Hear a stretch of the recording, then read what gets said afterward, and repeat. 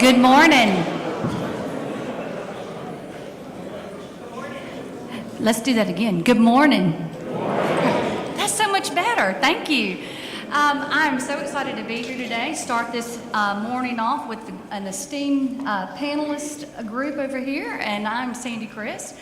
I'm the Executive Director for the Manufacturing Extension Partnership, and we are housed at the Mississippi Manufacturers Association. So I am excited to be here. We have some great information for you, and we will open this up for questions. So please feel free to make this as interactive as it needs to be. So I just want to tell you that this morning we're going to be talking with our team from Aurora Flight Services, a Boeing company. That's going to be Jessica Thompson.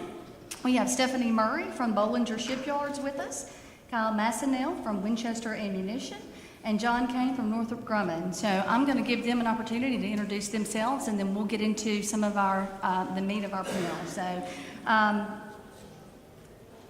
Jessica, do you want to start us off? Yes, ma'am. There we go. You guys can hear me okay? All right, perfect. Good morning, everyone. My name is Jessica Thompson.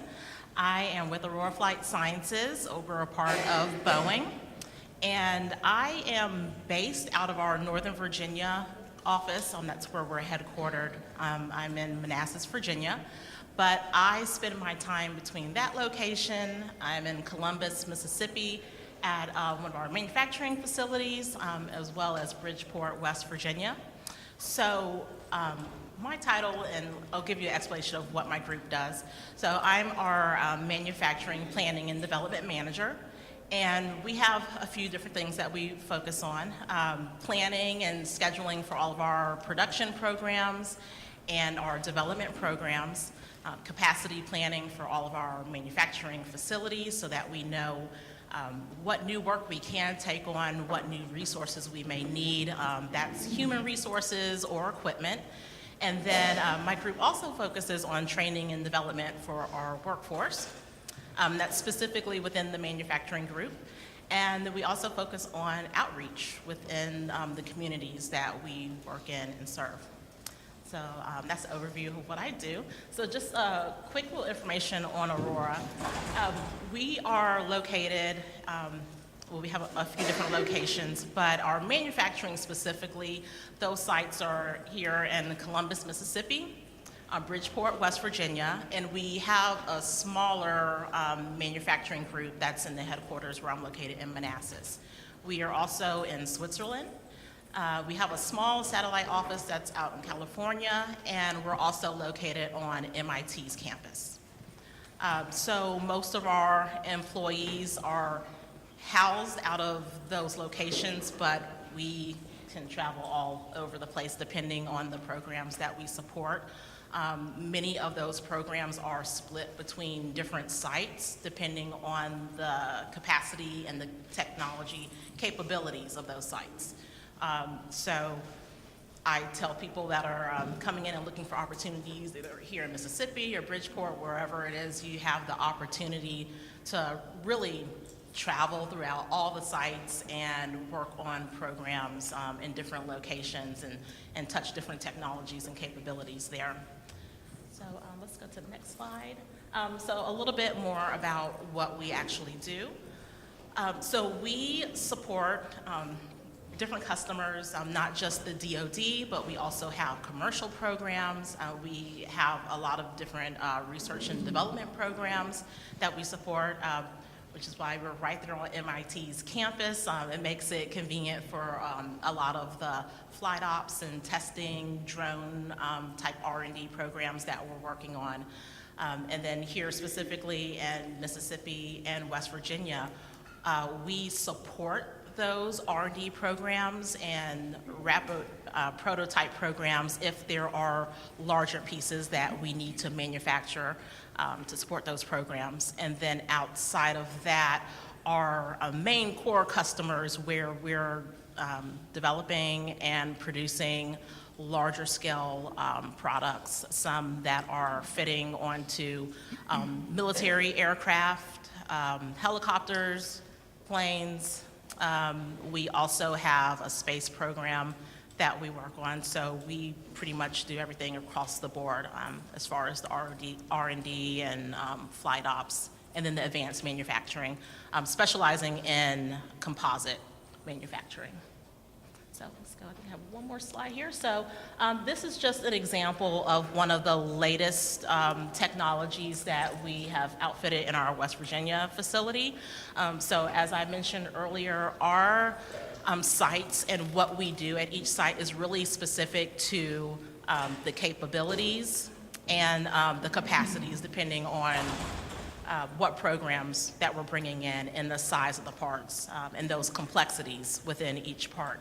So this is just the latest one that we implemented in West Virginia a couple of years ago. Remember, we had to break ground, even pour brand new foundation. This was so huge. It's a machining center, robotics, and that's specific to West Virginia, but then we're looking at adding on another machining center too in Mississippi. So that's an expansion that I'll talk about later that will be happening here in our Columbus location soon. And then we also have automated fiber placement machine, which is a one-of-a-kind technology that we do have here in Columbus. So any work coming across that piece of equipment, we send all of that down to Columbus. And so I'll talk a little bit more about those technologies when we dig into our workforce projects that Great. we've got going on. Thank you, Jessica. I appreciate that. Next, we'll move on to Northrop Grumman. John, you want to introduce yourself? Tell us a little Sure. bit Good about morning. How's the mic from here? Everybody here okay? John Kane, the Director of Operations in IUCA, the site leader there. Super proud to be here representing our over 500 employees now. I say that very proudly. 2 years ago, it was way less than that. And super excited about the growth going on and the ability to talk through some of the things we're doing, not only protecting the warfighter, but just other aerospace programs that we're working on. Similar to Jessica, we are a composites manufacturing facility that Aurora does similar things, so we'll talk through some of those in a little bit. My background, just so you know, I'm mechanical engineering from another SEC school, Auburn University, but proud to partner with Mississippi State and Ole Miss, and I'll talk through that later as we work through a few things. Manufacturing engineering background and quality, that type of thing, and then into management roles. But what we're going to talk about is not Northrop Grumman as a whole. We're a huge company, 90,000 employees, over 90, I think now. We were the former ATK facility up in IUCA, up on Yellow Creek, and I'll talk a little bit about that history shortly. But we were acquired by Northrop in 2018. We are still under that acronym in the top left, Aerospace Structures Business Unit. So our core product line are structures for different type aerospace programs. And keep me from looking over my shoulder real quick. So just want to go through, this is the total business unit, but we participate in IUCA in most of these. The top left, you see commercial aircraft. Some of you may remember IUCA was going to be a facility that built parts for the Airbus A350, the big composites program. That's the vehicle in the top left. That program was relocated back to Utah, so we did participate in it for a short time, but it did not end up staying long term. In the middle is one of the big segments that IUCA participates in, external military missiles and launch. So you'll see some pictures in a minute of other particular vehicles that we participate in for the external military DoD market. And primarily IUCA's heritage has been satellite launch vehicles. So rockets that launch from either the east or west coast that are taking some type of satellite out into to orbit for its particular work. And then over on the right is internal military. Northrop's a huge defense contractor, number 3, aspiring to be number 2, and really have tons of work, and that's what a lot of the growth in IUCA is related to, is supporting internal work within the Northrop Corporation. Next slide just shows a locations of the Aerospace Structures Business Unit. So this is our core family where we do all of our work. You see the Utah dots there. That's where our division or business unit headquarters are, where we get a lot of our support for technology and engineering support. Over in California, there's some small operations. Dayton, Ohio does a lot of very important mission systems work and radar and a lot of secret work that goes on in Dayton, Ohio. And proud we can say we made the Norfolk map. We're now, you see, right in the northeast corner in Tishomingo County. The products there in the bottom right, I'll go through those on the next slide, but you see some photos of the different things scattered around the corporation and the business unit. The next slide is the facility in the top right. Interesting history. Some of you have heard this, I know, but it's we're in the former industrial park that TVA was going to have Yellow Creek Nuclear.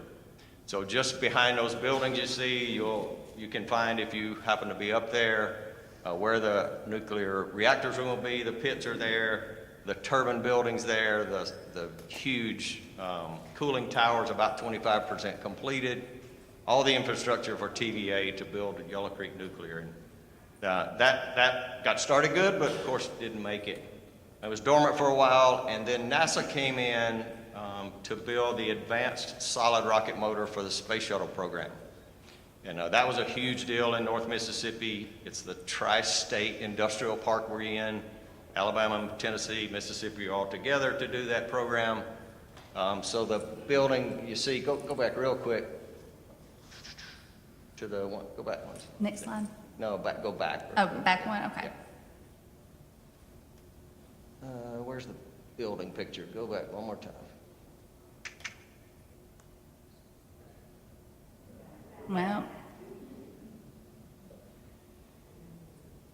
that's all I got. Not a picture. Okay, anyway, there's a really cool picture of our factory. Sorry. It's an amazing building, 30,000 square feet. The ceiling heights are 70 to 90 feet tall. There's about 25 cranes. It was all built to house and process rocket motors for the space shuttle.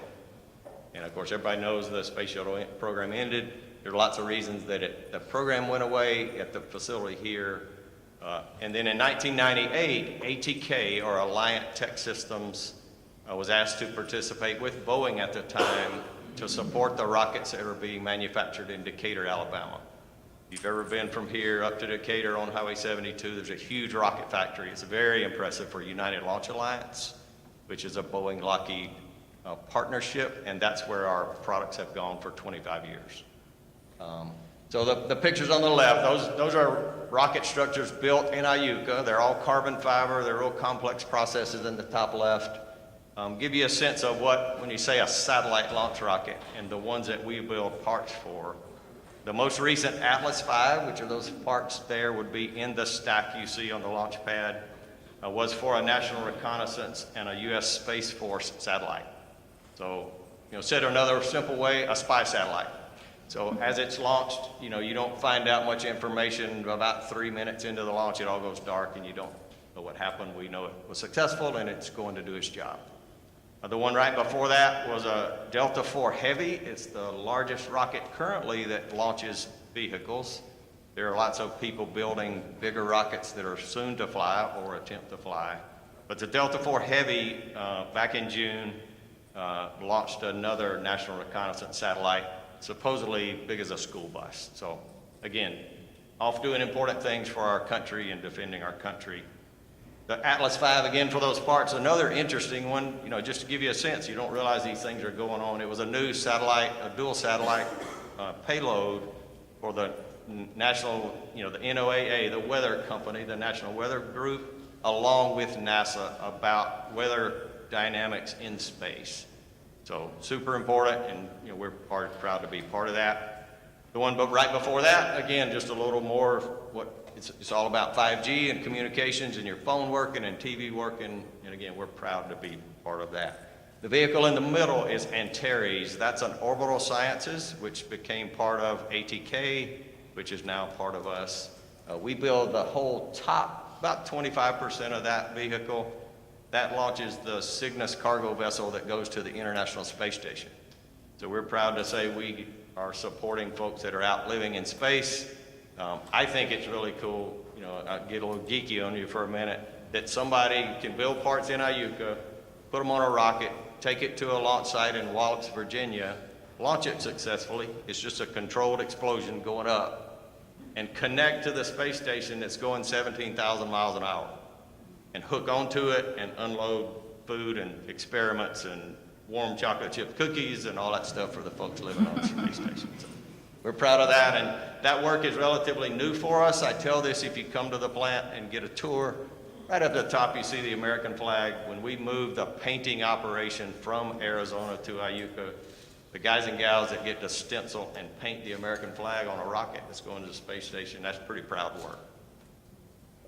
The picture on the right, a little bit similar to some stuff Jessica showed. That's automation for carbon fiber manufacturing. There aren't many machines like that in the world. There's a lot of technicalities we could go into later for those that might be interested, but just say it's continued ways to get more affordable and more advanced in how we manufacture things. And you can imagine it takes a pretty high skill set technician to run a machine that's got 8 axes of motion and running in a huge work envelope. Picture on the left, bottom left is Antares. That's the one that goes to the space station. The second from the right on the bottom, we're also participating in this future manned space flight.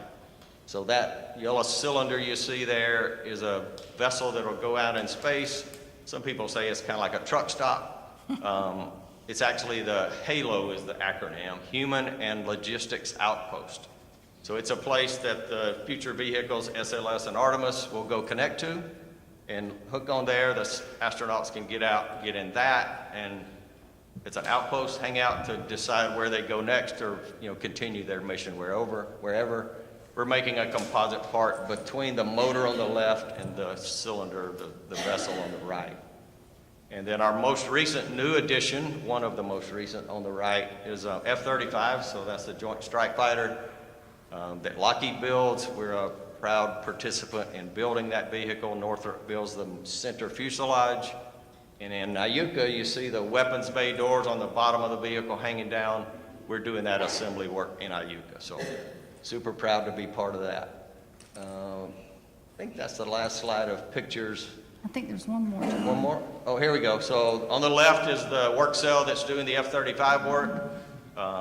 Really successful moving from what used to be in California into Mississippi. And I tell you, it's proud when I can stand up in front of Big Northrop and say that yes, we can and we did successfully move work that was done very long time in Southern California. And we're actually doing it better. We're doing it lower cost and a higher quality than they were doing there. So credit to our workforce, credit to the training that we're doing, and super proud to support the warfighter in that effort. The fairing there on the middle, the big picture you see, that thing's about 18 feet wide, so you don't get a perspective. It's big as your living room or house or whatever, depending on some of the other structures across the bottom.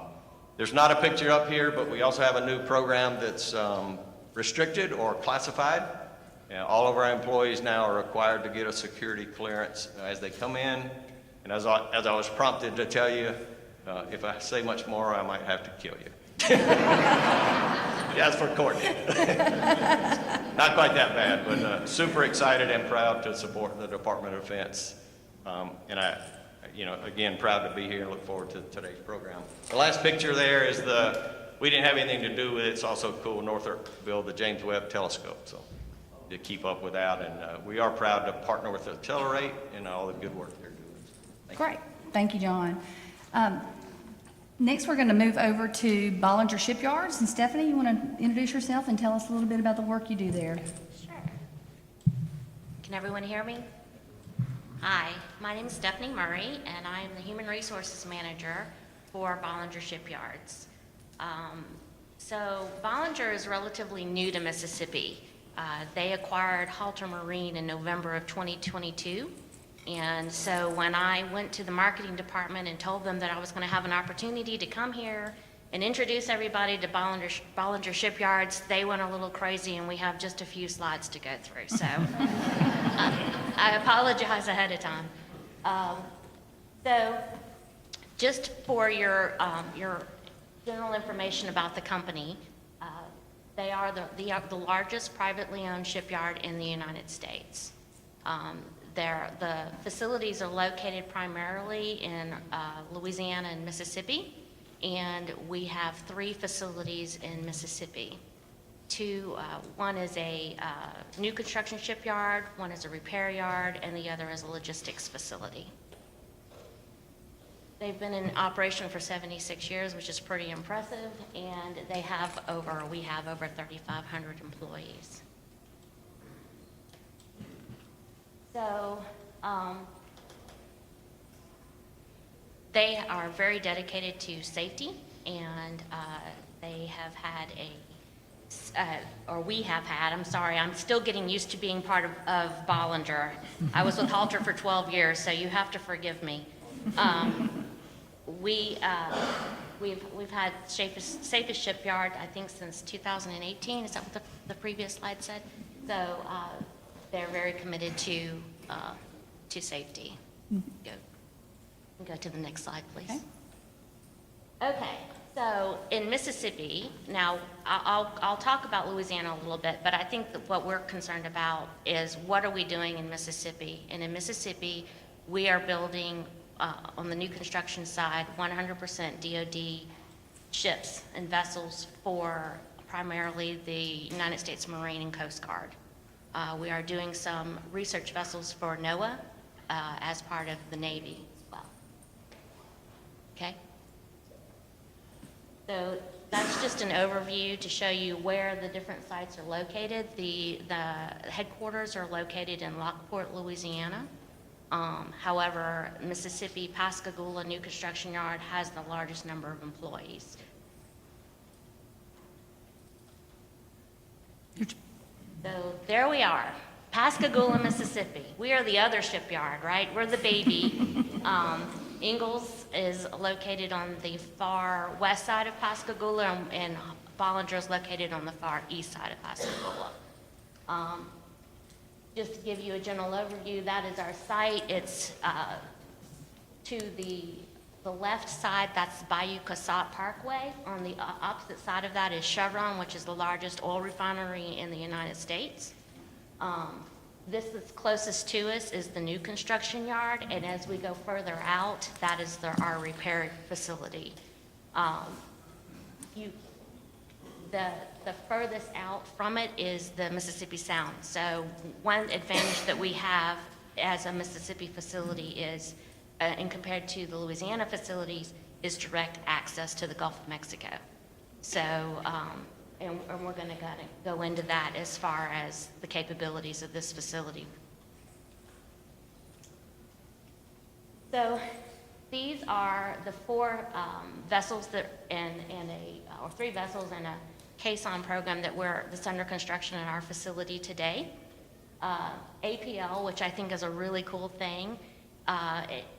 Well, we'll go through each slide individually because, like I said, my marketing department can't help themselves.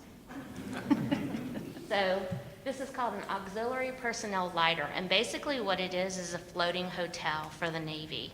So our 6th one is under construction today.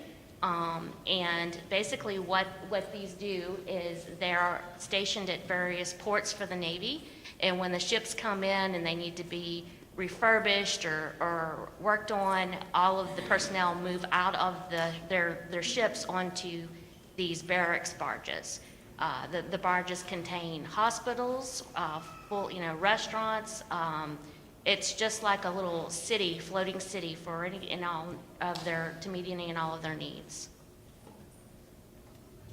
This, I think, is a super cool vessel. It is a NOAA research vessel. So what they do is they go out into the Gulf, Atlantic, Pacific, and other areas, and they map the sea floor, and they do all kinds of really cool research for NOAA and in the United States Navy. This is a little different. They call it the caisson project, and basically what it is we're building walls for a dry dock for the Navy. It's for the Portsmouth Navy Shipyard in Maine. So basically what what's going on is we're really vamping up or assisting the Navy with building a lot of dry docks because most of their dry docks have gone into disrepair, and we're filling that need to get us back up to where we should be. This is called a logistical support vessel, and these are in hot demand these days. Basically, what it can do is it can drive literally up to a beach or to land. It lowers the back end of the vessel, and you can drive vehicles and tanks or whatever it is that you need onto or off of shore. We just delivered one last week, and we'll have delivered the next one is scheduled to deliver in December. And then this is our pride and joy. This is the Polar Security Cutter. So the Polar Security Cutter is a vessel that hasn't been built in the United States for more than 50 years. To date, there is one in operation in Barely. It protects the northernmost polar area of the United States, so basically around Alaska. So if you guys have heard about some recent activity in that area, you can understand why this is such an important vessel to the United States Navy. So to date, we are finished with the design process, and we're about to go into the module process. And so we're going to build a few modules, get those passed, and then we'll be into full production. And then we're going to talk about later what that's going to result in as far as hiring. So little Pascagoula, Mississippi is on the map. We have been awarded 3 of these vessels thus far, and this is the technology involved in this type of vessel is really a tier 1 type because of the complexities, and so this is kind of moving our facility from a standard tier 2 to a tier 1 level shipyard. And then this is just a general overview of all of the various ships that are built, have been built, or are currently being built within all of the Bollinger facilities between Mississippi and Louisiana. This is the commercial side. So Louisiana also, they do supply boats and various types of commercial vessels for oil rig support and other types of marine transportation. I think that's it, Stephanie. Oh.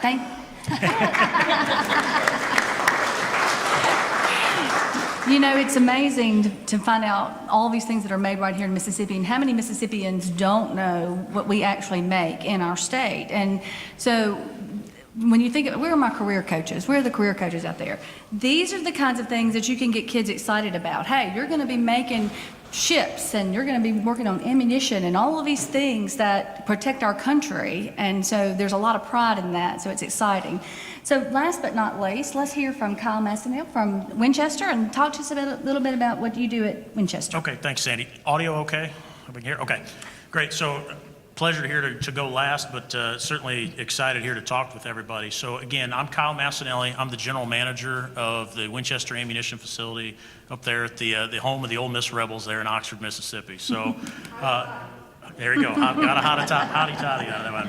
So hey, real quick, so Winchester Ammunition is exactly what it sounds like. So we are not Winchester Firearms, although we are the same Winchester. So a lot of people don't know or realize that Winchester actually hasn't made a firearm since 1982, although everybody in this room that's ever done any hunting or sport shooting has probably seen a Winchester firearm, may even own some here in the room. But what we do here in Oxford, as well as the other 2 sites across the country that I'm going to talk about, is all Winchester produces to this day is small caliber ammunition. So what is small caliber ammunition? Well, that's anything 50 caliber and smaller. Right, so that's the vast majority. If there's any sport shooters, hunters in the room, that's what you're going to be shooting anytime you're enjoying the sport with friends and family. And that's what we do at Winchester Ammunition. So I've got a couple slides I'll get into in a minute. Just real quick about me. So I've actually been with the company for 17 years. The last 11 years of that have actually been right here up in the Oxford facility. I actually relocated with my family from Southern Illinois, and it was a great relocation for us as we continued to move the plant here to North Mississippi. It looked a whole lot like Southern Illinois, where I would pass 100 cornfields before you'd see a stoplight. North Mississippi felt a lot like that, with the exception of SEC football and a whole lot better fishing. So, but with that, like I said, I've been with the company for 17 years. We'll jump right into, I think Sandy's got up there on the screen. So those are three and only three sites that we operate out of within the country. As I mentioned, I'm actually from that East Alton, Illinois, and the Southern Illinois area. That's the original home plant of Winchester Ammunition up there. Started in the late 1800s. And we've actually expanded from there. So across those three sites, I'll talk about East Alton real quick. We build our shot shell ammunition. So if you shoot a Winchester shot shell or shotgun slug, it came out of that Illinois facility. Likewise, over in Independence, Missouri, really call it Kansas City, that is actually a GOCO facility. For anybody that doesn't know what a GOCO facility is, that's government-owned, contractor-operated. So that is actually a World War II vintage plant that the U.S. government built, and it is the primary source of small caliber ammunition for the entire U.S. warfighter system. So for all branches of the military. That is recompeted every 10 years to determine what contractor will operate that facility. Winchester operated that from 1985 to 2000, and we took it back over in 2019. So we have that in our operational control for the next 10 years. And Independence, Missouri facility is actually very similar size to Oxford. So again, I'll focus on Oxford here for a minute. What we produce in Oxford is centerfire rifle, centerfire pistol, and rimfire cartridges. And I'd love to spend the next 2 hours and explain the differences of those. And I'm sure some would find it interesting in the room, but we certainly won't. I myself, like John, have a mechanical engineering background, so I'm happy to hear I'm not the only one up here that likes to nerd out or geek out, as John said. But that's where we're located here in Oxford. If you go to the next slide, Sandy, we'll talk about how we got to Oxford. So ultimately, everything that is in Oxford currently was in that East Alton facility upwards of about 17, 18 years ago, give or take. So as you can see how we relocated to Oxford, we've actually got 700,000 square feet of manufacturing space at this point. So 200,000 of that space was the original move of our rimfire operations in 2004. We moved into some existing manufacturing space that already was there in the industrial park north of town. So we moved our rimfire operations. That was about 150, 175 employees, give or take. So we successfully did that around 2004, 2005. A few years later, we identified, we still had about a third of that building empty. So we actually relocated our military packing operations, and it's what you would expect. So any ammunition that we produce for the military in a very unique pack configuration. Obviously, the military needs their ammo packed differently than what you and I would if you're going to head out into the woods. That's linking, ammunition belts, bandolier packs, crate packs, things that can, go be loaded on an airplane and thrown out from 10,000 feet. We do that up in Oxford, and we started that in about 2008. And then our main relocation, which actually brought me to the state, was our centerfire operations. So this is our 500,000 square foot facility that we built there in Oxford. It was total green space construction. That took place in 2011.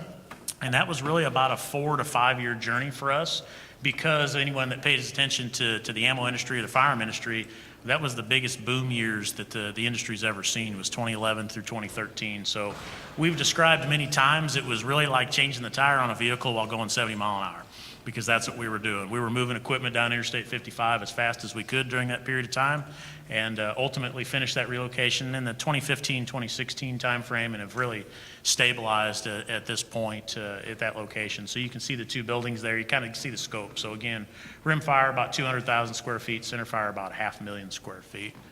I'm going to go ahead and go to the next one there. Right. So again, here's the products that we produce. I guess let me back up real quick. So between those two buildings, about 1,350 employees. So is where we are. About 1,200 of those positions are what we'd consider hourly positions. So this is operators, adjusters, utility class individuals, that hold those, really just looking for a high school education or GED, and anybody with good mechanical skills is what we're looking for about 1,200 of those positions. The other 125 to 150 are professional jobs, engineers, accountants, planners, et cetera. So, and operational leadership. Here's an example, oh, go ahead, right there. Here's an example of the products we make. Again, it looks like military ammunition. It is military ammunition, right? We primarily produce 4 calibers altogether for the U.S. military: 5.56, 7.62, 50 caliber, and 9 millimeter. We are the U.S. government's only source of pistol ammunition. So every round of pistol ammo that is consumed by the U.S. government on military comes out of Oxford, Mississippi. So that's kind of a cool stat. A lot of people don't realize the rest of the category of products up there come out of either the Lake City facility or Oxford.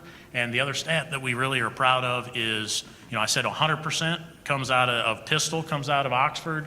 95% of everything else comes from a Winchester facility. So we are by far the U.S. military's primary source of ammunition, and we plan to continue that strong business and strong relationship for as long as we can. So again, you can see some of the products we make.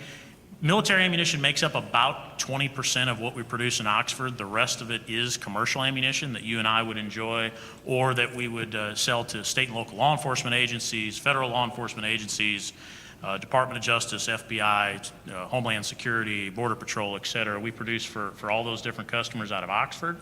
And that probably covers everything on this slide. And then just lastly, this is just a closing slide. We are kind of the one-stop shop. We are completely vertically integrated. We produce virtually everything beyond the raw material right there in Oxford or at our East Alton facility. You can see program management is very key to us. That's a great career field that we also employ out of Oxford, because when you produce 95% of the U.S. government's ammunition, you got to have strong program managers that can work with contracting folks, engineering technical teams, procurement, et cetera. So we produce in that manner right there in Oxford, and lean manufacturing is certainly what we're all about by having a facility like the size of 700,000 square feet, and like I said, only about 120 salary heads. So you can see how lean we operate there, and continue to produce small cal ammo to this day, and hope to do it for a long time. And Stephanie had a great stat with what would you say, 70 years? You said, Bob? 75 years. 75.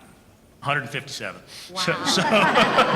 So No competition. Not that it's a competition, but yeah, 157 years of continuous operation for Winchester since 1866. So Wow. proud to be in the state. 1866, that was Correct. a long time ago. Awesome, thank you guys. So let's move on to some conversations about your organization's opportunities and challenges that you have today, and things that you're looking for in the next couple of years. Specifically, any growth that you're looking to, processes that may be changing, anything specific that you want to share. And we don't have a specific order, so who wants to volunteer to go first? I'll go first. All right, thank you, Stephanie. Okay. So, we'll talk about immediate, and then we'll talk about near future. So today, we have immediate openings, just like I'm sure most companies do. We're shifting. So for the last couple of years, we were hiring a lot of professional positions because we were in the design phase of a lot of our ships. Now we're more into the production phase, meaning that we are looking for a lot of skilled craft labor. Today, just to give you an example, we're looking for 50, almost 60 positions within the skilled craft labor. That's welders, shipfitters, pipe fitters, pipe welders, so on and so forth. Going forward, we will be adding to, I shouldn't say hiring because we're constantly hiring, but we will be adding to our head count around 300 over the next 6 months or so. So we're looking to do a lot of growth, and as a result, we're thinking outside the box any way and every way we possibly can, which includes we're adding a position to our company called a tack welder. And what that means for a lot of you career coaches is we're basically creating an entry-level position for welders. If they've gone through a high school CTE program, or if they've gone through a community college program and they can come in and they can pass a basic tack welding test, we're going to hire them. We're going to bring them in, and we're going to train them on the job and help groom them up to being eventually, hopefully, a first-class journeyman. And Stephanie, what is the starting pay for someone that would be For a tack welder, it For will a be $16 an hour. at least $16 an hour? So Yeah. 300 positions over the next 6 months. Yes, that is correct. Wow, that's a lot. That's pretty awesome. So, John, do you want to share? Sure. I've already talked a little bit about growth in Iuka. Started about 3 years ago. The most important thing I'll emphasize is the growth we're experiencing now are programs that Northrop Grumman, huge major defense contractor, is investing in Mississippi, and they'll be here for generations. So the F-35 Joint Strike Fighter is not going away. The other restricted program we're working on is not going away. In the past, some of you may be from North Mississippi. ATK, part of rocket programs, they have a cycle. They can run, 5 to 20 years. Then a new rocket's developed, a new program's developed, and new providers are developed. So that's what's a little bit different about what's going on in Iuka. The security, the definitely long-term generational employment up in Iuka in Tishomingo County. The growth is, good mix of what we were all talking about, manufacturing technicians or production technicians.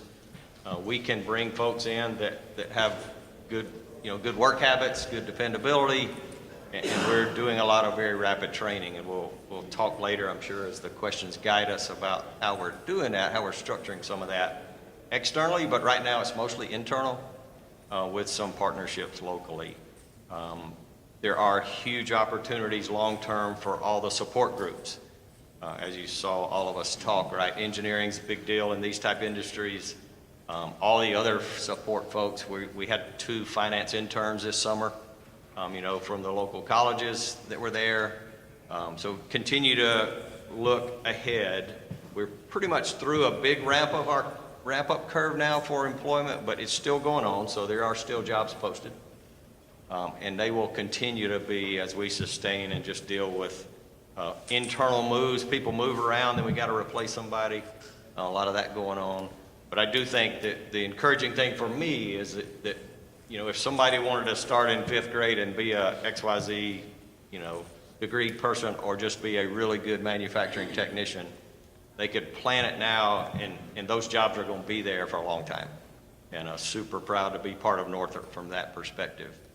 I mentioned earlier we successfully brought the F-35 work in, and I think it was a little bit of a test for us, saying that candidly, and we excelled at it. We, Mississippi, excelled at it. So proud of that, and I think, I'll tell you, I'm busy with visitors, and I think it's visitors looking for what else we can do and how we would do it and where we would do it. So that's exciting for us. That's great. That's potential growth for Mississippi, so that's exciting. Jessica, you want to talk about Boeing and RR and what you've got going there? Yeah, we too are growing. So we have existing programs that are in our Columbus facility. So that work is going to be expanding where we're producing the same products but just at a higher rate, and it's going to be ramping up over the next few years. And then we have brand new programs that are also being added to that facility space. And the reason why earlier I focused a little bit on some of the other locations, because we do have programs based out of Virginia where there's a lot of R&D going on there, but we support that work here in Mississippi as well. And so they have limited capabilities on how they produce some of those parts, and Mississippi is the first choice where they send that work down, and we just have bigger and more capabilities here. So as we grow, we're looking at our Columbus space, and we have around 120 something employees at that site, but we're looking just over the next 2 years to increase 100%. And then by 2028 timeframe, like 200%. But right now, we're also, we have plans drawn up, they've been approved, and we're going to be expanding our facilities. I don't know if anyone's traveled in and out of GTR Airport, but we are right next door. Actually right next door to the rental car lot. You'll see us sitting there. I always chuckle because whenever I'm in the area and I'm wearing my Aurora shirt, which is, one of the challenges we'll probably get into later when we talk about recruiting the workforce. People see my shirt out in public and think I work at a nursing home. And I'm like, no, that's not what we do. So brand recognition is, one of the challenges for us as we grow. But another thing that's really exciting about the opportunities is, the plethora of positions that we're going to be bringing on board to support that growth. It's just not the engineers and the technicians, but we have material control folks that are handling all of the inventory coming in and making sure it's getting to the right places in the site. We have operations people that are helping schedule what happens every day in the shop. And so you need HR people, accounting people, finance people. All of those positions that you think of are your typical corporate positions that probably sit in headquarters.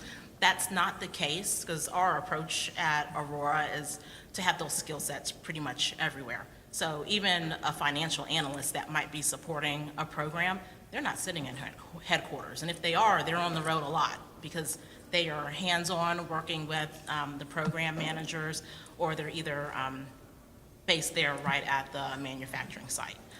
Which is why I'm here so much. All of our employees, they always think, if they're meeting me for the first time, they think I'm based out of Mississippi. 'Cause I'm here all the time. Because I'm like, I love it here. The people are nicer and the food's better. So, but to give you an idea of the positions that we have open right now, of course, technicians. So we're doing assembly work. So assembly technicians, composite technicians, painters.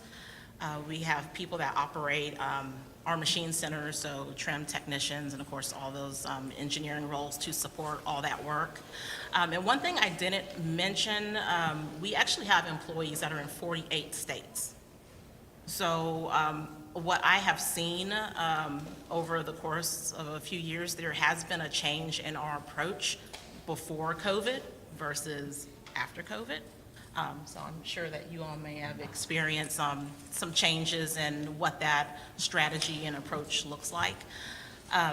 But there are a lot of people that are able to support the work from home. We have a lot of people here in Mississippi that support work, our supply chain team. Those folks all work from home.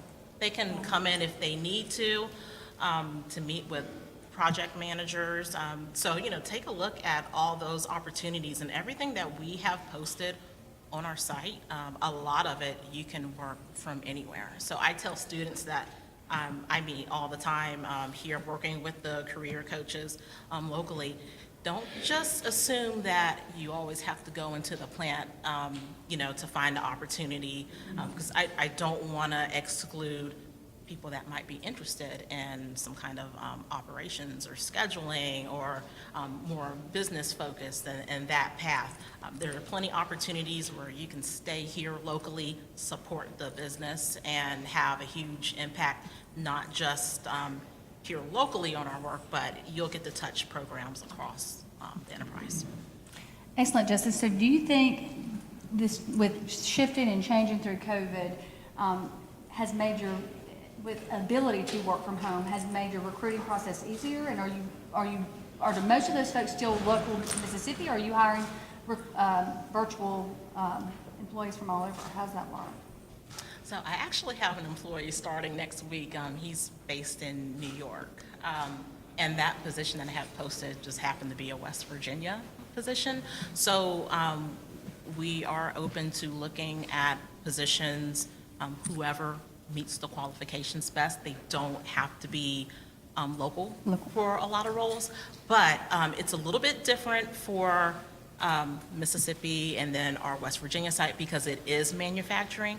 So a lot of those positions, you do have to be, hands-on if you're a technician or an engineer, but it also opens up more opportunity for the community here, because if you're near one of the sites and you can go in and you have access to what's going on the shop floor, but that position was posted in Virginia for a financial analyst, we would want the person to be here in Columbus because you just have so much more exposure. And I love our folks that are everywhere else and my colleagues that are in the corporate office, but they do not have the same level of exposure Yep. and experience to the hands-on than the folks here have. And I mean, they can run circles and talk about that stuff all day long. And, you know, it's just a steeper learning curve for someone that's a little bit, Well, and, you know, in manufacturing, when you think about the ability to work from home, that is not something that's normal. So that's an exciting opportunity. That's Yeah. interesting And to know people that. are excited about this area too. One other plug, I have someone, she relocated, I hired her just a couple months ago, and she relocated from Colorado. I'm from Denver here, and she mentioned Mark Twain. I was like, I hope you like heat, and she loves it here. She was like, the Hope you people like are so heat. You nice. can say and- that for sure this Yeah. week. But, Excellent. you know, we got a lot of people that want to be here too in the community. Great, thank you. Kyle, tell us about some of the opportunities and challenges that you're seeing for Winchester.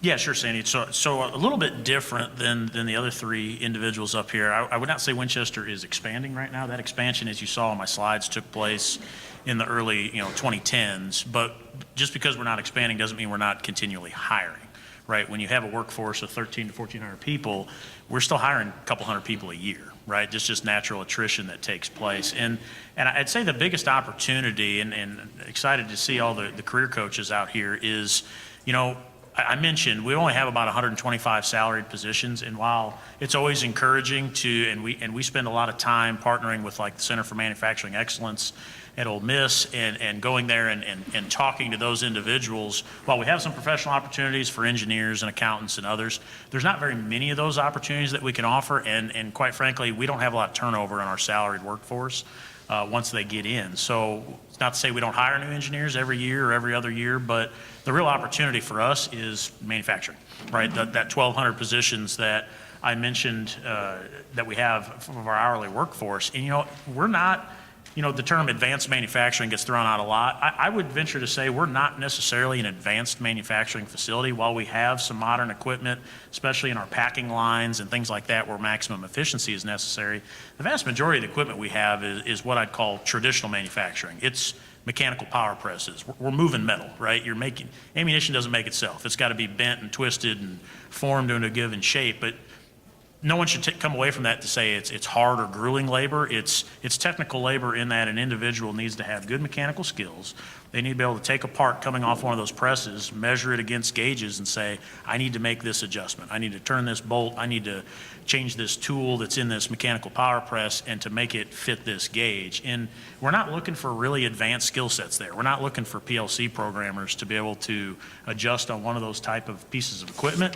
But at the same time, that's a job that requires no skill beyond a high school education and some good old, know how to use a crescent wrench and can fix a tractor. And it's a job that starts at $22 an hour, right? So there's great opportunity, and that's what I encourage with the career coaches is, even though we have some good partnerships that, we get invited from a lot of the local schools in the counties that surround the Winchester facility there. And we actually pull from about 11 different counties that we have employees that come to work every day. So we'll partner, any career coaches here from that area. If you've ever reached out to us, you've likely had a representative of ours come, and we'd love to come talk to K through 12 students, especially at the high school level, about the manufacturing opportunities. But I can't emphasize enough, if we can encourage the earnings potential there of the operations level, right? I mean, and just because somebody doesn't think they may want to go to a four-year university, if they've got that mechanical skill set, they can come in, obviously earn a really good wage right out of the gate at $22 an hour. And the growth potential is immense there, right? Because there's a progressive level of growth that's possible. After they work at that adjuster level, they can move to a group leader, right? Where then they're going to be, with 12 or 14 peers because they're a skill set above, right? They're really good at fixing their machine and making good product. Then a supervisory level, and then a general supervisory level, and we've got individuals that 10 years ago came in, and at that time probably the starting wage was maybe $16 an hour. They got six-figure salaries today because they're managing, they're supervising an entire shift of individuals with a high school education. So that's the key message I've got for the career counselors out there is if anything you can do to emphasize that earnings potential in good old traditional manufacturing is fantastic. If people are willing to just put in a little bit of time. And, it's tough in today's world to convince a kid that, hey, within 10 years, you can have this great potential. I see a couple head nods. I know that's hard. We fight it all the time, but it's there. I'll be a firsthand account of it's definitely there, and we're just looking for that good talent, a little bit of leadership skills, and their potential is unlimited. It really is. Thank you, Kyle. Sure. So let's talk about your current approach that you're working with different partners, your external entities, whether that's Accelerate, the community colleges, universities, or maybe it's your local planning development districts. What are some of the things that are going on that you'd like to share with the audience today? And I'm not sure who wants to go first on this, and Stephanie went first, so who else wants to volunteer? All right, thank you, Jessica. I'll take that one. I have lots of partners. So see some of them in the room. So of course, the career coaches. Actually, I'm gonna rewind it back a little bit. So a couple of years ago, I led a project for Aurora, and it was called our Resiliency Project. And we wanted to look at every single aspect of our business that touched the manufacturing group. So anywhere from our systems that we use every day, our equipment, capacity, facilities, human resources, every single little thing we had individual projects for. One of those projects was really digging into the workforce and how we train our people and how we bring people in. So we have a great relationship with Mississippi State University. Also, EMCC is right down the street from our facility, and we've utilized that space and have had people come in, do training programs, and then we have engineers from Aurora that would come in, lead those classes, and we could bring people in that way. We are transitioning right now from that approach because that requires a lot of investment from someone to come in, take training on their own time, which means they're not working during that period. It's not a paid training. So we wanted to pivot on that approach and really make it more of an opportunity that people could afford to do. And we can train people how to do the work. So we have built curriculum and partnered with Mississippi State's Advanced Composite Institute. Is anyone from ACI here in the room? No ACI? Okay. EMCC? I see one back there. Okay. Yep. So we have partnered with them, and we have curriculum that is on non-production parts, meaning someone can start with Aurora from day one, they're getting paid, and we have training that we will do in EMCC space, and they're getting paid while they're doing this training. It's on a non-production part, so they don't have to worry about messing up a real part that's going to the government, and they're nervous about doing it for the first time. So we have time and hours allocated towards that. So we're rolling that out for all of our technician positions, our composite folks, our assembly technicians, paint, trim, and we've also partnered with ACI and EMCC to really build out state-of-the-art classroom facility that will mimic our clean room that we have right down the street at Aurora. So this clean room will be built out to Boeing specifications, and it will be ready by the springtime. So we'll be bringing folks into that space, but we'll also be able to utilize that space for students on the high school levels that are coming in. I know some of the school systems are changing their year-round schedules to where they'll have intersessions. So we're partnering with the career coaches so that we can come up with ideas for how we can take advantage of those weeks, bring students in, expose them to what we do at Aurora, but then also have time to work with the folks at ACI and do some hands-on work in composites, have some time with the engineers there, and really have time to focus on that and do hands-on work during that week, and then see it in a real live working environment. That's also on the middle school level as well. So when we're looking at our approach at Aurora, we're not just looking at adult education and on-the-job training. We've kind of taken a step back, and we have this growth coming. And when we look at middle schoolers and high schoolers, I'm like, that's the workforce right That's there. right. It can't start on just the community college and the university level.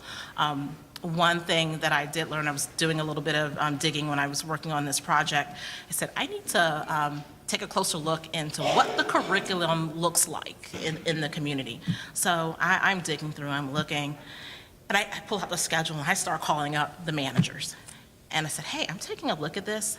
They are talking to sixth graders about what you're interested in and select your courses based on that interest. I'm like, what does a sixth grader know other than what their parents, their neighbor, and maybe their friends are telling them? Like, how much exposure are they really going to have to the different industries in their community? And, I feel like, the career coaches are going to be limited in how much information that they're armed with to really help the students unless industry does a better job of digging in. How can we help these teachers? And not just on the CTE level, where we're looking at schools that have all these great programs and facilities, and we need to also get in just your general math and science classrooms, because how many students are we leaving behind that don't have that exposure because the curriculum that they wanted to sign up for was full, because they cap out at 15. So those are some of the things that, we're having those conversations now with career coaches in the area. We have kids that are coming in, they're taking tours of our facilities, so there's exposure there. But this is just the beginning, where we need to build on that and have lunch and learns and more people, not just engineers and technicians, but all career paths come into the schools, and not just CTE, come into the math classrooms and science, and see how it can relate to what we do at Aurora. Excellent. I think in one of the sessions yesterday, we talked about exposure and experience, and it needs to start early, because we want to get kids on the right pathway, and if they don't know and haven't been exposed, or if their parents haven't been exposed, then there's a gap, and we're not able to fill the jobs that you need to be successful, and we want you guys to be successful here in our state.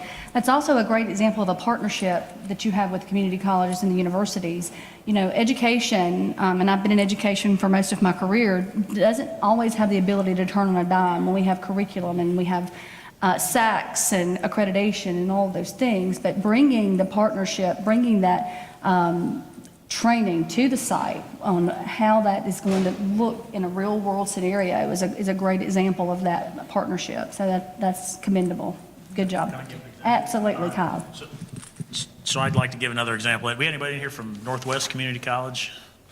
There we go. So that is one where we would say we're very proud of that partnership we have with Northwest at Winchester. Probably the best program we have is what I'll call our maintenance apprenticeship program. So this is an example. I talked about one of those mechanical skill or adjuster jobs that maybe at that $21 or $22 an hour range. Well, at times we have individuals in there that they want some more formal maintenance training, right? They want to say, hey, I want to accelerate my career even further. I want to get into a maintenance role where I have a little bit higher earnings potential, and I want to, rather than working on an individual piece of equipment every day, I want to be able to work my way around the plant and help repair those mechanical power presses and some of that equipment I talked through. And we've got a great partnership with Northwest. They have been very flexible, to say the least, by allowing us to customize programs, right? So when we come in and need to train new maintenance individuals, and that's what we see a real lack of in North Mississippi, certainly as we relocated down from Southern Illinois, we just didn't see a lot of trades, right? We didn't see a lot of people that had the machinist skills,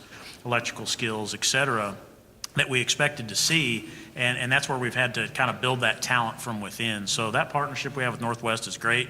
An individual can have their existing adjuster job where they're going to work their shift work or whatever shift they may be on, and then outside of those hours, they're going to go to Northwest and complete anywhere from 6 to 8 classes that we've worked with them to focus on what exact skills we need from a maintenance standpoint to be effective within our facility.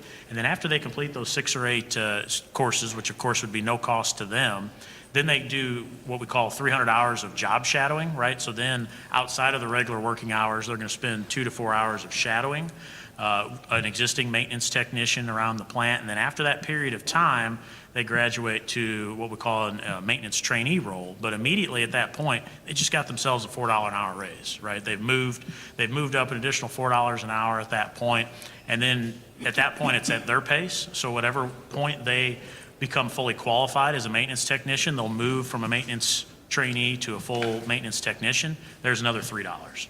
So in a relatively short period of time of 6 to 8 classes, 300 hours of shadowing, we're talking about a $7 an hour raise, probably 35%, 40% raise from what their earnings potential was at that current moment. That's an example of a great partnership we have with Northwest, and we really appreciate their flexibility to customize a program, because we've certainly seen successes of that. I'd say we've got a dozen or 15 individuals that have already completed that program. Excellent. Sandy, if John? you're okay, I'll just continue. The community college system is amazing in Mississippi. I got to experience watching baseball, and the facilities for athletics and just the facilities for the community college is phenomenal.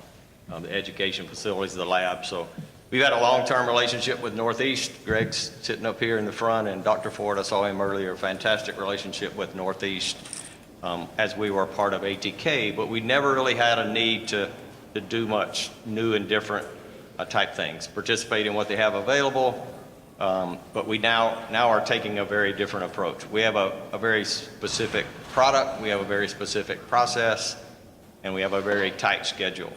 So what we've done with Greg and Northeast, there's a big curriculum for production technicians. If I'm not mistaken, Greg, it's over 1,000 potential opportunities of what you can go take and kind of craft your future. They had down selected to a production technician curriculum. We took that and said, we want these 12 specific courses, and we want to give those to our new employees the second and third week they're on site. So as opposed to us to try to teach basic lockout, tagout, basic safety, reading, print reading, those kind of basic things, they already existed at Northeast.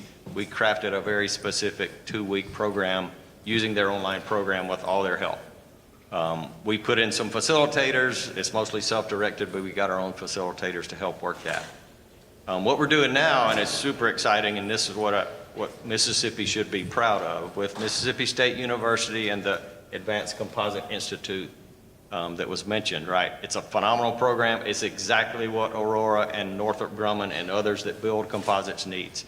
They're training engineers to do exactly the vehicles that you saw on the Aurora page and on the Northrop page. Everything's going to be light and complex, built out of carbon fiber.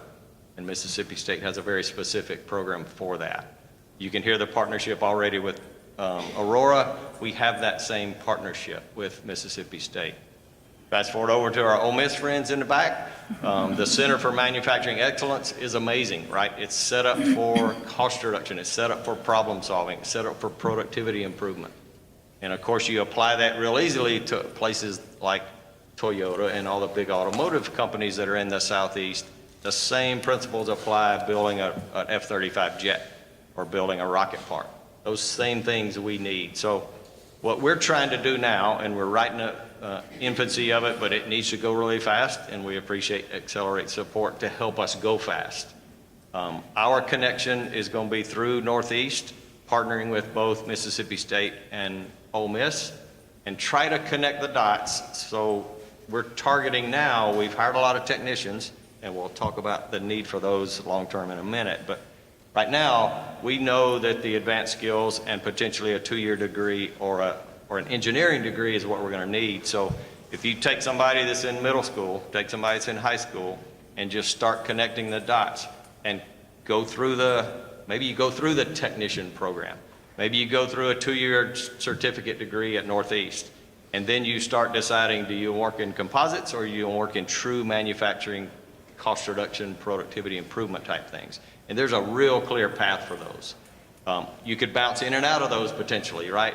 I might want to go to college, but I'm not sure. I'm going to go be a technician for 2 or 3 years, figure out how it all works. Then I'm going to jump over to Northeast, and I'm going to decide which route do I take to State or Ole Miss. Super, super powerful. And I'm selling those things. I say selling. I'm representing those things to Big Northrop.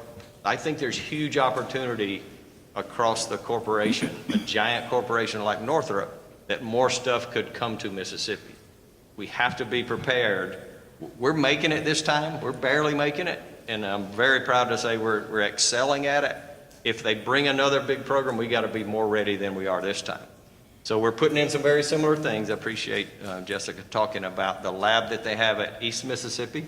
We're already designing and have something very similar in our factory in Iuka.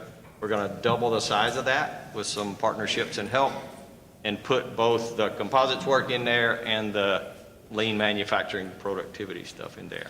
The next step really quickly is our career coaches that are here. Clearly the message is strong. You got to get the middle school kids thinking ahead to something beyond what they might know. I'm sad to say there are people in Tishomingo County that don't know what we do. And that's a bad thing. I'm pressing hard I might write my own check for a billboard on Highway 72 that shows a jet or a rocket and just says, we're hiring. You know, I drive, you know, I see anyway, there are other signs that say who's hiring. I want our sign up there to say we're hiring. But the next step is connecting at the high school level and the middle school level. And I'll share quickly in our little breakout session yesterday, what can schools do, or what are some easy things that, what could you do to help us? Find easy things we can help promote what we do. We can certainly do tours. That's, you know, for us it's getting harder because of the classified work. But we can certainly have people come and talk. We can let you come and let us talk to you at any different level. There's a neat little example. This is a real world story over the last 3 weeks. Industrial engineer started. She's from Mississippi State. She has a connection over at the county west of us. Connection to a librarian, apparently. I guess they have their shelving. They put up people's posters of what they make. And he said, hey, can we get some Northrop Grumman things to put on these shelves? That's an easy ask. We got graphics people and media people. You know, you saw the stuff that shows up. So within 3 weeks, they're 18 inches by 32 inches of rocket parts and airplane parts that are going to go over into a high school that wasn't there a month ago. So think of easy asks that we can help you. I know, you know, it's cool to go see it. Sometimes that can be hard. But if there's promotional materials, if it's come and talk, in our breakout session, again, we talked about, we can bring a technician, just like you heard some of us talking about. The number 2 guy in Iuka that works for me started as a technician. He's from Tennessee. I know he had several years of college, but he worked his way up from a technician to he's a director of operations under me. So the opportunities are huge, but connecting early and then finding a way to connect the dots. And y'all know we have lots of acronyms in work. Automotive has a lot. I think aerospace has got the most. But Mississippi's got a lot of M's, right? So MDA, MEC, Accelerate Mississippi with an M, the MEP, right? How do we make sure that we're connecting quickly all the dots? And that's where we call on Courtney and team to help us do that. And we've got a big opportunity. So appreciate Northeast, Ole Miss, and Mississippi State especially working through Accelerate. Excellent. Before, Stephanie, I'm going to give you a chance to talk. I think you kind of said that best when we are all in this together, and how do we work together, be better partners to help our companies succeed and get what they need to be successful and grow in our state. So how do we funnel people to them? How do we get those qualified folks skilled up and ready to go to work for these companies so that we can help support them? Stephanie, talk to us a little bit about some of the external partnerships and things that you're doing for workforce development at Bollinger. Okay, so our main partner, we have several, but our main partner is Mississippi Gulf Coast Community College. They, you know, just like all of my constituents with their local community colleges, they really come through for us when we need them. From doing boot camps was what we call them. So basically we pick up the phone and say, we're going to need 50 ship fitters in the next 2 months. They advertise, they bring them in, they train them, and then we get to hire them.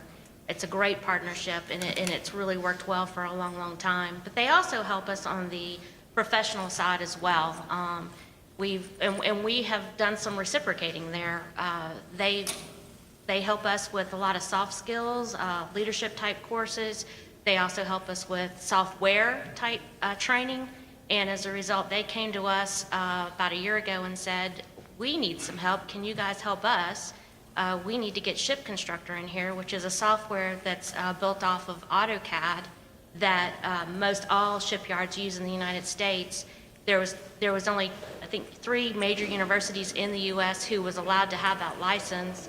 We reached out to Ship Constructor, and as a result, Mississippi Gulf Coast Community College is the only community college in the United States who has that license and is able to train, which is a game changer, not only for Bollinger, but for all shipyards along the coast and elsewhere.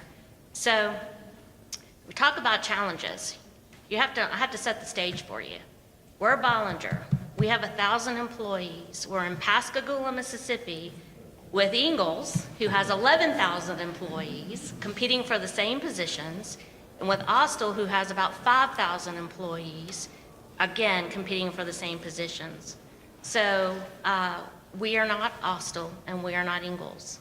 We are a small shipyard. We care very much about our employees. You're not just a number there. We're going to take an interest. We're going to train you from the ground up. And that's what we have to sell.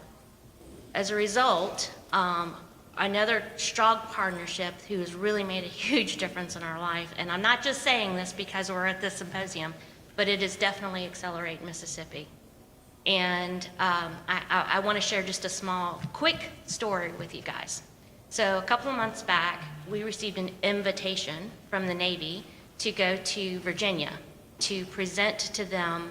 The Navy is very concerned about shipbuilding and manning in shipbuilding, and they don't feel that the United States as a whole can bring in enough skilled labor to build the number of ships that the Navy needs.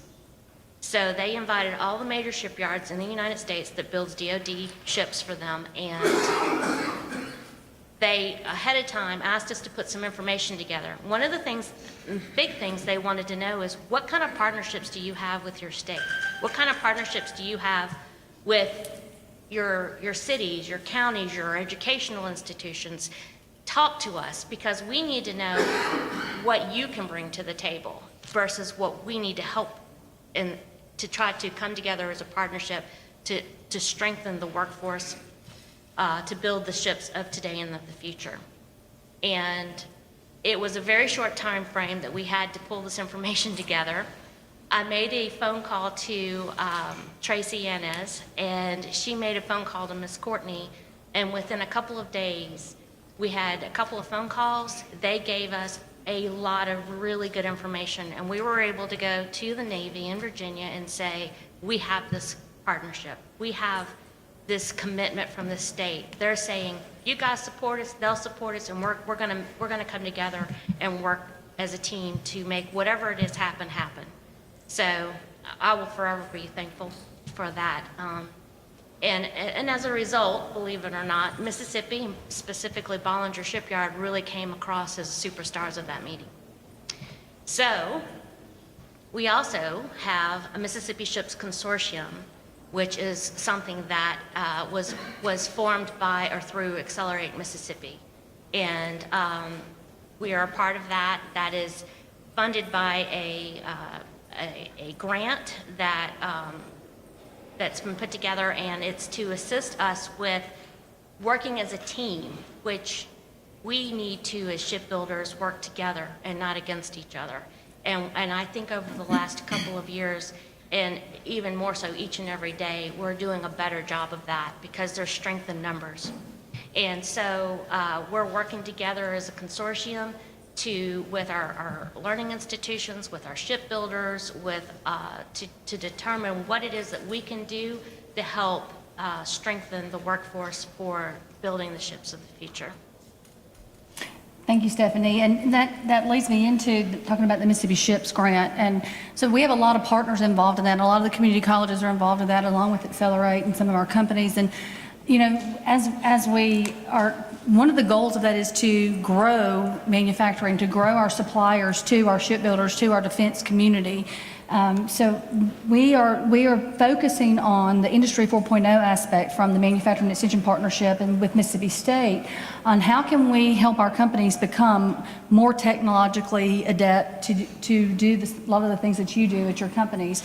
How do we make sure that they have the certifications needed? How do we make sure that they have the quality of work and skills and standard operating procedures that will align with our partners in shipbuilding? So I think that's a great project for Mississippi, and we're going to continue to work and expand on those types of things.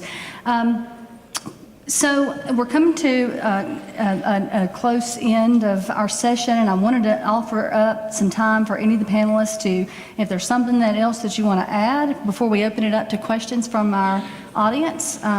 Is there anything else that we may have left out, or you feel like you want to share real quick? Yes, Jessica. One last thing. I just wanted to mention this. I mentioned it to Courtney yesterday, but Chris Miller, when he made his opening remarks yesterday, and he mentioned people in other states coming to him saying, hey, we can show you guys how to do it, what we do in our state, and then Mississippi can, take a look at what we do. I will say from my experience and everyone at Aurora is actually the complete opposite. I just had an email come through, this was last week, from some folks at a different community college in West Virginia. And actually, I got several of these emails within the same week. And one of the doctors there, he said, hey, what's going on in Mississippi? I said, lots of great stuff. Let's have a phone call. So we had a collaborative call the other week with Chris Bounds, a director over at the Advanced Composite Institute at MSU, and folks at Pierpont Community College, which is in Bridgeport, West Virginia. And we talked about workforce training initiatives and how we can do so much more working together on a much bigger scale. And the reason why I mentioned this earlier in the year, I attended the ARC grant workshop. It's the Appalachian Regional Committee. I know they had one here in Mississippi, one in Tennessee, and then there's one in Pittsburgh. So I took someone on my team, we went up there. I said, for us to be better industry partners to all of the state agencies and academia, anyone who's writing grants, we need to understand what it is they truly need from industry partners to get those grants across the finish line. Yes. And a lot of that is making sure that we have good data and numbers on our growth, and we clearly explain the opportunities that are going to be available within our communities. So we took that and got back with Chris Bounds. I'm like, okay, we're going to make this happen and see, what partners we can work with across state lines instead of getting, nice little package grants. Let's go for, the millions and get these big, large grants and then spread it throughout, these multi-state initiatives. So I just want to let everyone in the room know that people are watching Mississippi and the work that's going on here. It's great. I talk about the career coaches all the time.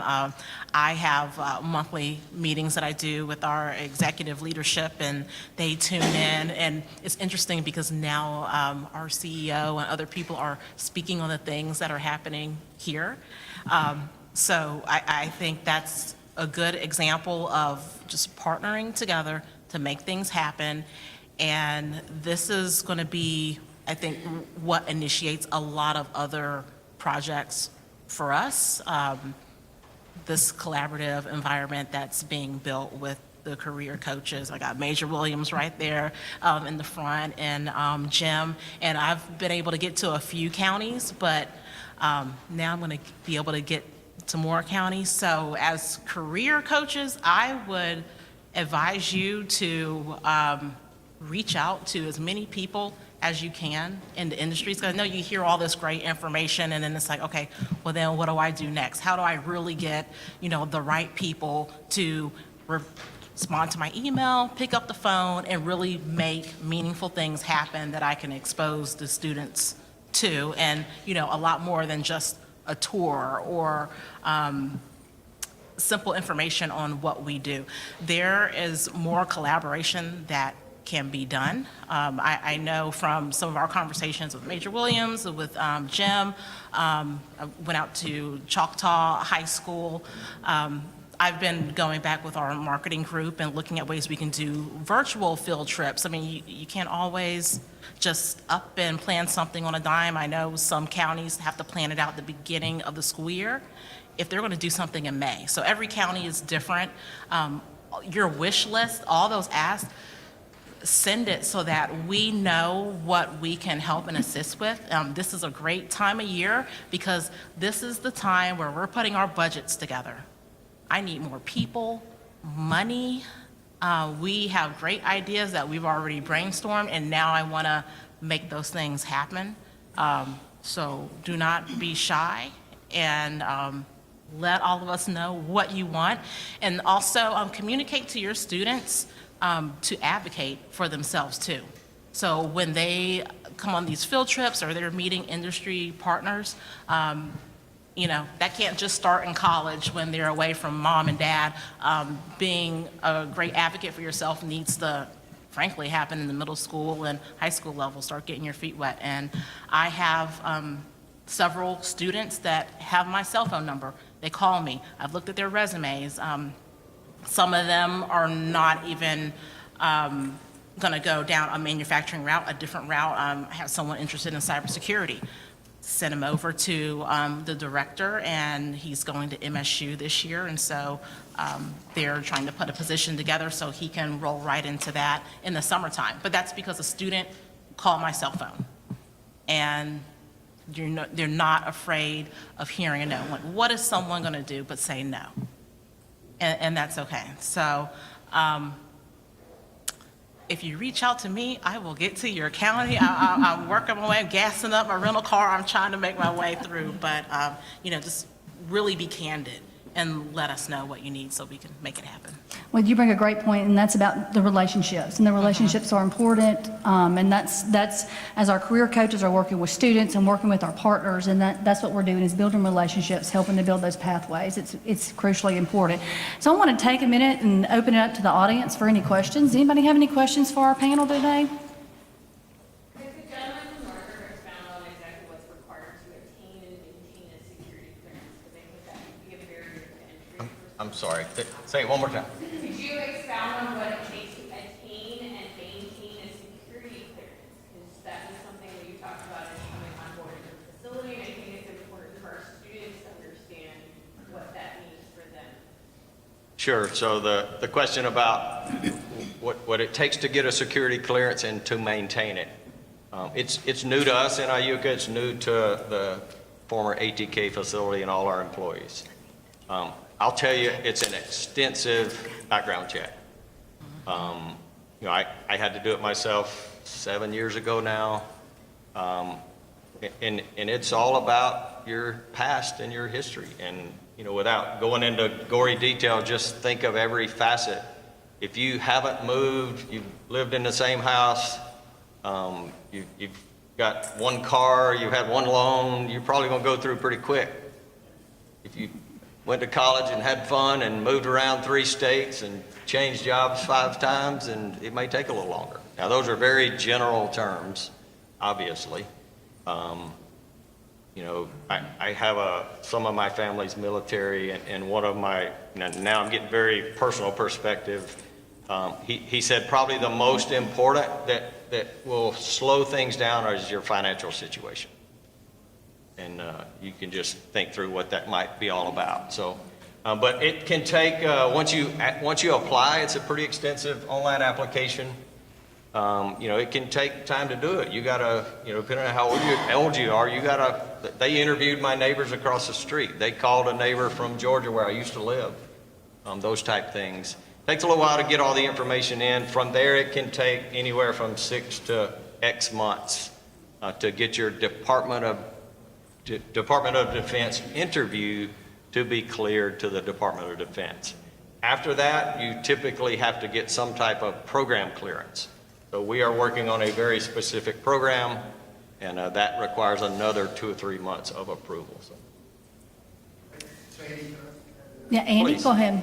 Okay, if you're talking to students, the largest thing keeping young people from getting security clearances now is social media. They share too much, they put a picture of them doing something that they shouldn't do, and then when they answer the question on the questionnaire, no, I don't have drugs. But there's a big time of social media that's doing that. Military and the U.S. government right now is running into a lot of problems with people not being able to get clearances because of social media. Thank you, Andy. Did you have a question? My question was just what are disqualifiers that they would not pass the security? Like drugs is one of them, but are there other? It's, I'll say it's unknown to me personally. There's not a book you can go read. They've got their rules, but I can tell you that the data they ask for and the extensiveness of it is very, I was proud, that our country is taking it, that you hear about it and read about it, but it's an intense background check. Great. Anyone else? Right here. So our students from my area, they're from the rural, small town area and who have not traveled outside their county. So to them, welding is, stick welding, fixing up a tractor. The big city is Tupelo, Mississippi. So I wanted to ask y'all, for this advanced manufacturing that you talked about, the working on the ships, working on the jails, what would you want us as career coaches to bring to these kids? Do they have a passion for working with their hands and welding and all that, but they don't know what that next level looks like or how to even go about getting into that next level? I'll take a stab at that, Sandy. I have had 3 specific questions yesterday about the generic question, what do we look for? So that's broad and wide, but my simple answer, and this applies to a young engineer that's starting at State or Ole Miss, this applies to the technician. So we were hiring 10 to 20 technicians every month last year. And it applies to a technician, it applies to a young engineer, it applies to my 2 kids who graduated 2 years ago. I think important for career coaches and what I look for is somebody who's self-confident. So in an interview, right, we're gonna make a decision super quick, especially on a technician. The resume's gotta be good, it's gotta be clean, but the young man or woman has to have self-confidence to be able to describe what their work is, describe what their interest is. And again, an entry-level technician to I'm gonna go get my MBA or I'm gonna go get my doctorate in engineering, you gotta be able to have self-confidence to explain yourself. The second thing is to understand expectations. So again, think about the basics in middle school. You gotta know how you pass or fail. So for us, you gotta know when you pick up a drill and put it in the side of an F-35 jet, you gotta know what's good and bad. And you gotta have the ability to say, I just messed up.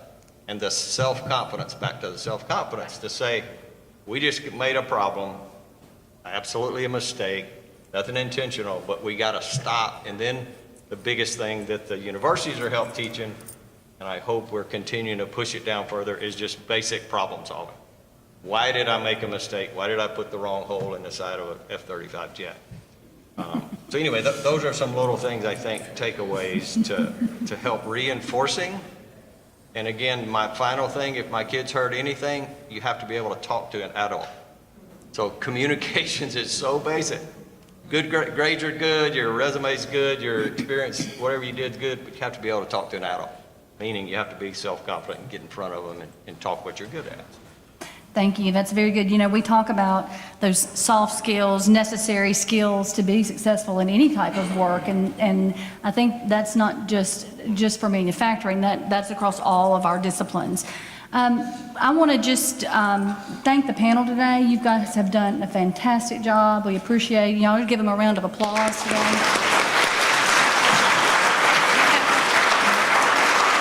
And what I would say to all of you out there who are career coaches is that there are over 2,500 manufacturers in the state of Mississippi. You've heard from 4 today, but there are in your area, in your counties, manufacturers who make things just as amazing as some of the things that you've heard today. please reach out to us if there's something that we can do to help you identify some of those manufacturers. We'll be glad to do that.